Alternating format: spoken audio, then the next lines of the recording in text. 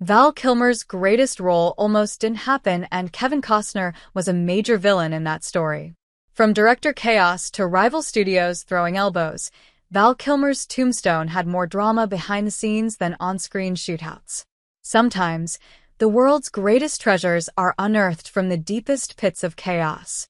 Val Kilmer's Tombstone, the iconic Western, almost slipped through the cracks of Hollywood history, buried under a mountain of production hurdles.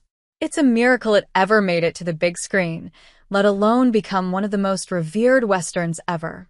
But what if we told you that Kilmer's unforgettable portrayal of Doc Holliday, which is often lauded as one of his best performances, was almost never realized?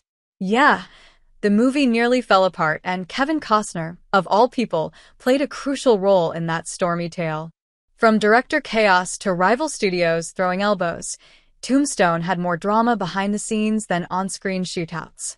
Yet, like a good Western hero, the cast and crew fought tooth and nail to get the film finished.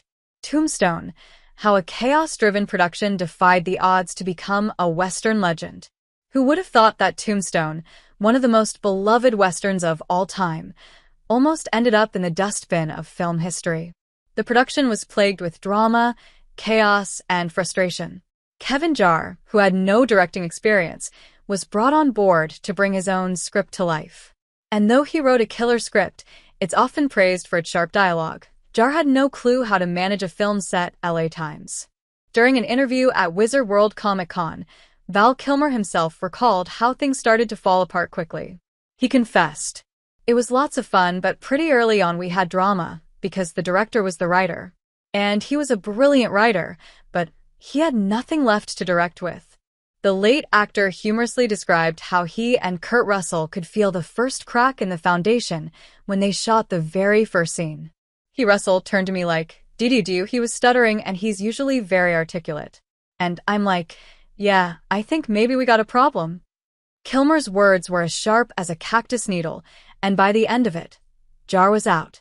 Enter George P. Cosmatos, a more experienced director, who took over the reins.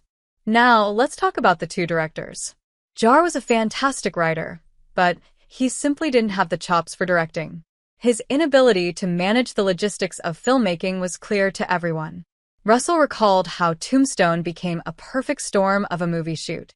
He shared with GQ, "Like any other movie, it's a miracle it gets made." Finding solutions to problems was a constant on Tombstone.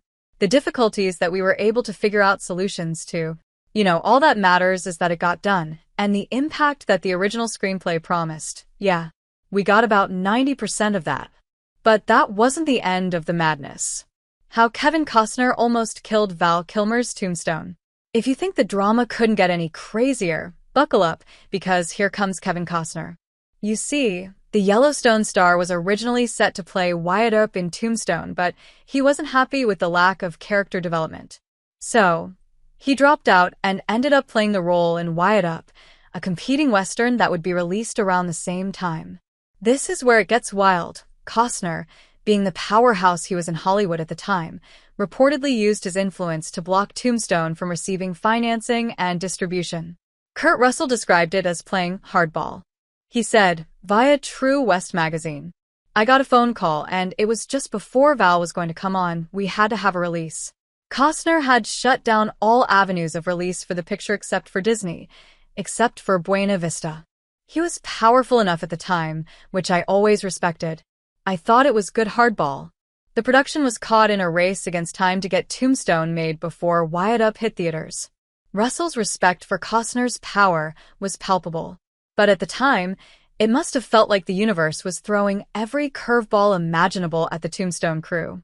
Without the collective will of the team, Tombstone might have just gone the way of a dusty memory, never to be revived.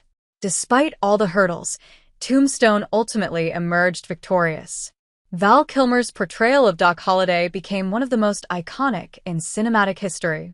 Sadly, the world lost the iconic actor recently, as Kilmer passed away at the age of 65, leaving behind a trail of unforgettable performances and a lasting impact on the big screen.